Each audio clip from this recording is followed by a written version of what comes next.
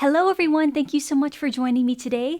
We have a series that I'm calling Rapid Growth Wednesdays. The last video was all about planning, and this video is about conquering distractions to get stuff done. So it's not that we don't have the talent, the wherewithal, the drive in order to complete a project. It's just that we suffer from what I call SOS, shiny object syndrome, or distractions. And so here are 4 cures for SOS. So number 1, turn off your phone.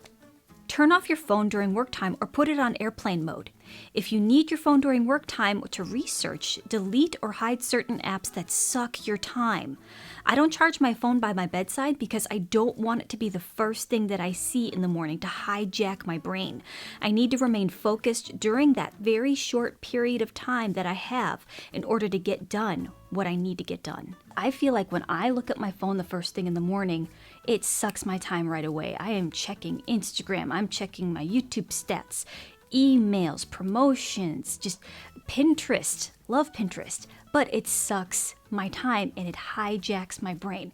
Now, the word hijack, I'm not using that lightly. I feel like my brain is completely taken out of my head and it's thrown into the depths of the internet. So let's go into more about what hijacking means. According to Personal Growth Lab, by checking social media, email, or messaging right after you wake up, you let other people's opinions, requests, and advertising into your mind, which pollutes your thinking.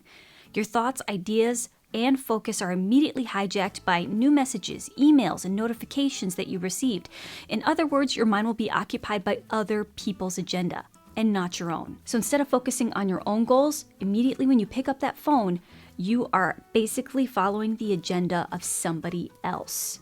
Don't let that happen. You are in control 100% of your time. Take control of that time. Turn your phone off. I call it Teopia. Turn it off, put it away. 2, clean your workspace. Now, I understand that clean means different things to different people, but I have had to force myself to organize things, reduce the clutter, and then organize what I have in order to have a clear workspace, because I feel like when my workspace is clean and clear and I know where everything is that I need in order to work, I just feel so much better. Number 3, make a manageable to-do list. And when I mean by manageable, I mean choose 2 or 3 tasks that you would like to accomplish. In the planning video, we spoke about planning the night before so that when you get up, you are ready to go. You know exactly what you need to do so that you're not thinking about, oh, what should I do first? What is the most pressing? You've already expended your energy in doing that the night before, and then you already know, boom, right when you get up, right in the morning, this is what I'm going to do, and I'm going to take care of business in a flash, like Elvis would say. But you choose 1 or 2 things to get done, because what that does is that it eliminates the distraction of multitasking. And even though people say they can multitask, research says no, that you can't multitask, that it is very, very difficult to be able to do something well.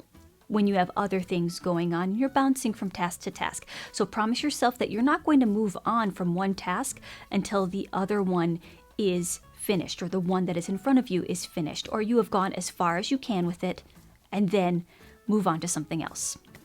Number 4, and I think that this is the most difficult, but yet I think it's the most simple at the same time, and that is don't listen to your feelings. We live in this culture, in this world of follow your heart, just do what you feel. But how many of us would actually get something done if we just followed our feelings all the time? We like to procrastinate. We like to put things off for later. We don't want to sit down and practice. I'm too tired. How will I get all of this stuff done? I really don't feel like sitting in front of the computer and editing again.